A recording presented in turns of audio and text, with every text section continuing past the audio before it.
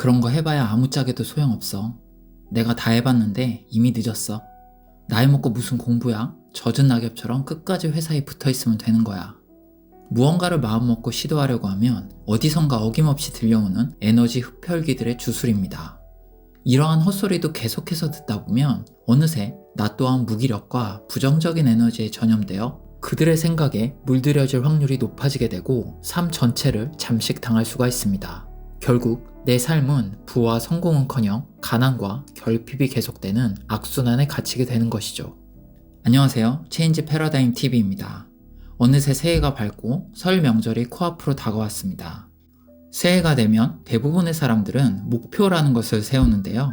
우리는 대부분 어떤 목표의 여부는 자신의 의지와 열정의 모든 것이 달려있다고 생각합니다.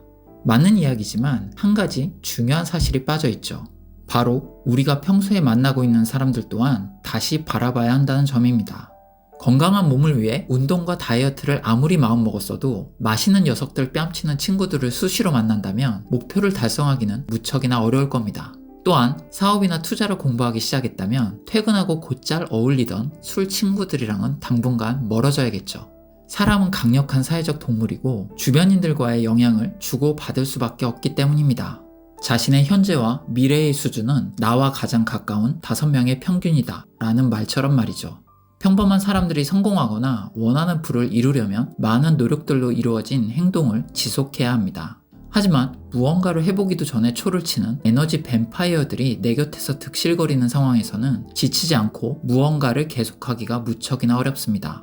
이번 영상에서는 우리의 삶에서 반드시 거리를 두어야 하는 멀쩡한 모습을 가장한 에너지 뱀파이어들은 어떠한 특징을 지니고 있으며 또 그러한 행동 뒤에 숨은 진짜 심리는 무엇인지를 김경일 교수와 사피엔스 스튜디오의 책 타인의 마음을 읽고 5가지로 정리해봤습니다. 그럼 바로 시작하겠습니다. 첫 번째로는 착한 얼굴을 하고 있는 비관론자입니다. 나쁜 사람은 아닌데 이 사람과 대화를 나누면 나눌수록 특히나 피곤함을 느낀 적이 있으신가요?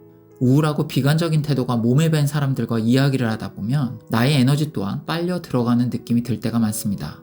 의욕적인 마음 또한 연기처럼 사라져버리게 되죠. 이러한 사람들은 내가 그렇지 뭐, 난 뭘 해도 잘 안 되더라 같은 말을 습관적으로 내뱉습니다. 비판적인 사람들과 비관적인 사람들은 좀 다른데요. 비관적인 사람들은 지금 주어진 상태, 그 다음의 과정, 결과를 만들어내는 사람의 노력, 이 3가지에 대한 어떠한 언급도 없이 거의 무조건적으로 해봐야 안 돼 라고 말합니다. 비관이 무조건 반사로 튀어나오는 습관이라 볼 수 있는 것이죠.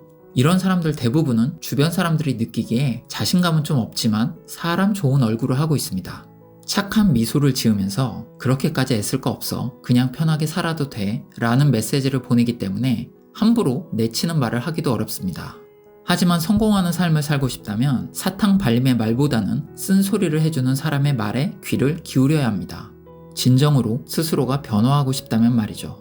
따라서 정신 차리지 않고 착한 얼굴의 비관론자와 가깝게 지내다 보면 해봐도 안 되니 그냥 하던 대로 하자라는 계속되는 헛소리에 약간의 위안까지 받으며 그대로 눌러앉아 버리게 될 수 있습니다.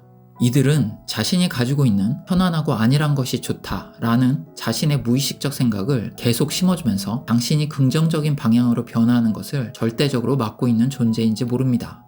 두 번째는 나르시시스트입니다. 심리학에서는 자기를 넘어 자기밖에 모르는 사람을 나르시시스트라고 정의한다고 합니다. 이들은 함께 있는 것만으로도 숨막히는 분위기를 만들고 주위 사람을 망가뜨립니다. 따라서 피할 수 있다면 꼭 피해야 하고 관계가 있다면 깨끗이 끊어야 합니다. 다른 사람이 아닌 나만 잘나야 돼 라고 생각하는 것이 나르시시즘의 대표 특징인데요. 동료들과 협동해서 좋은 결과를 냈을 때에도 비교에 민감하고 나 혼자 뛰어나야 하는 나르시시스트는 주변에 후진 사람들밖에 없는데 나 혼자 잘해서 이렇게 된 거야 라고 생각을 합니다. 이들은 자기가 알고 있는 사람의 성취를 자신의 지위나 위치에 대한 위협이라 여깁니다. 오로지 자기 감정만 중요하게 여기고 자신과 대립되는 모든 사람을 나쁘다고 여기기 때문에 실제 그 사람을 나쁘게 만들기 위해 부지런히 움직입니다. 또한 나르시시스트는 자신을 돋보이게 하기 위해 당신을 어떤 식으로든 이용할 생각만 하기 때문에 존중받기는커녕 내가 들러리로 세워질 수 있습니다. 특히 내가 타인의 감정을 잘 읽고 무시하지 못하는 공감 능력이 있다면 더욱 그렇습니다. 나르시시스트가 그러한 당신의 성향을 간파하고 자신을 위한 희생양으로 쓸 수 있기 때문입니다. 세 번째는 공감 능력이 없는 소시오패스입니다. 원래 공감이라는 것이 상당히 에너지가 쓰이고 인간의 본능과는 아주 어긋나는 어려운 일이기는 하지만 누구에게나 공감을 못하는 성향의 사람들이 있습니다. 어느 누구에게도 공감을 못하고 조금도 공감하려고 하지 않는 성향을 가장 강하게 보이는 사람들이 소시오패스라고 합니다. 이들은 자기 자신을 제외한 다른 사람들에게 시간을 쓰는 것을 극단적으로 싫어합니다. 자기 위주로 이야기할 뿐만 아니라 심지어 자기 자신이 제일 힘든 사람이라고 생각하죠. 또한 자신이 소수자가 되는 것을 극도로 꺼려하기 때문에 대화에도 항상 끼려고 합니다. 이런 성향이 눈에 띄는 사람이 있다면 두말할 것도 없이 멀리하고 봐야겠죠. 참고로 소시오패스와 항상 함께 언급되는 성향이 사이코패스인데요. 사이코패스는 선천적으로 충동적, 즉흥적이며 두려움을 느끼지 못하는 기질을 타고나서 상당히 티가 나고 심할 경우 범죄로 연결되어 사회적 격리가 될 가능성이 큰 반면 소시오패스는 유년기 시절에 사회, 환경적 결핍으로 인한 성격 장애이기 때문에 우리 사회 속에서 티 안 나게 끼어 있어 오히려 더 위험한 존재라고 합니다. 네 번째로는 타인을 습관적으로 욕하는 사람입니다. 직장 생활에서 상사 욕은 국룰이라지만 대화를 하다 보면 습관적으로 타인을 욕하는 사람이 있습니다. 한두 번 정도야 호기심으로 듣는다 쳐도 대화를 자주 하다 보면 지친다는 느낌을 강하게 받게 되죠. 어떠한 대화를 하든지 주제와 상관없이 기승전 욕으로 끝나는 것도 모자라 자꾸 다른 사람의 말을 나에게 옮기고 심지어는 교묘한 이간질까지 일삼습니다. 그러면서 자신의 말에 동의해 줄 것을 요구하죠. 심리학적으로 타인의 욕을 하는 사람들 뒤에 숨은 심리는 자기보다 불행한 사람을 찾아야만 거기서 우월감을 느끼고 그걸 통해 나는 괜찮다라는 왜곡된 안정감을 느낄 가능성이 높다고 합니다.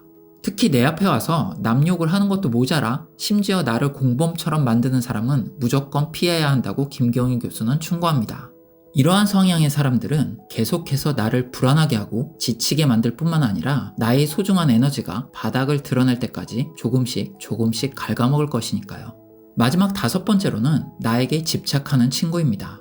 이건 무슨 말인가 하는 분들이 있겠지만 친하면 친해질수록 편하고 힘이 되는 사람이 아니라 왜 이러지 할 정도로 나에게 집착하고 있다고 느끼는 경우가 있습니다. 친하다는 이유로 어떤 것을 해도 꼭 같이 해야 하고 같은 생각을 해야 한다는 것이죠. 이런 집착은 친구가 아니라 심지어 연인 사이라 할지라도 곤란한 지경에 이를 확률이 매우 높습니다. 아무리 그래도 나를 좋아하는 사람인데 그렇게 문제될까 싶기도 하겠지만 더 심각한 문제가 있다고 김경희 교수는 말하고 있는데요. 이런 성향의 사람들은 새로운 도전이나 변화를 추구하지 못하게 하는 암시적인 말을 반복해서 한다는 것입니다. 왜냐하면 당신이 새로운 일을 하고 새로운 세상을 알아갈수록 자신이 필요 없는 시간을 보낼 확률이 커지니 그걸 막아야 한다는 심리가 발동하는 것이죠. 내가 용기를 내서 뭔가 새로운 일을 하고 싶을 때 그 친구는 그것을 하지 않아도 되는 수십 가지의 이유를 친절하고도 자세히 이야기해 줄 것입니다. 내가 그것을 파악하지 못하고 있다면 그대로 따르게 될 가능성도 높고요. 이러한 성향들의 사람들이 있다면 단번에 관계를 끊어내기는 어렵습니다. 대신 이러한 사실을 알고 있다면 그들의 말은 흘려보내고 자신이 변화하고 싶은 방향으로 새로운 일을 조용히 시작해보세요. 새로운 일에 몰두하다 보면 그 친구는 자신이 모르는 그 세계에 더 이상 세세하게 참견할 수 없는 자연스러운 분위기가 조성될 겁니다. 지금까지 타인의 마음을 읽고 반드시 피해야 하는 사람들의 특징을 정리해봤습니다. 마지막 한 가지 말씀드릴 것이 있는데요. 이런 사람들을 만나면 어쩌지? 말이 쉽지 벗어나기가 쉽지 않을 것 같은데 라는 걱정보다는 내가 어떤 사람인지 먼저 점검하는 시간이 꼭 필요하다는 사실입니다. 혹시 내가 그러한 사람은 아닌가 라는 성찰이 먼저인 것이죠. 유유상종은 현대 심리학에서 당연하고도 강력하게 관찰되는 현상이라고 합니다. 따라서 주변에 도사리고 있을지 모르는 5가지 유형의 사람에 대해 두려워하기보다는 내 주변에 괜찮은 사람들이 모일 수 있도록 스스로 좋은 사람이 되는 것이 핵심이라 말할 수 있겠네요. 과거와 현재의 내 모습은 어떠했고 미래의 나의 모습은 어떤 방향으로 갈지 정해보는 시간을 잠시 내보는 건 어떨까요? 지금까지 체인지 패러다임이었습니다. 저는 또 다음 영상으로 찾아뵙겠습니다.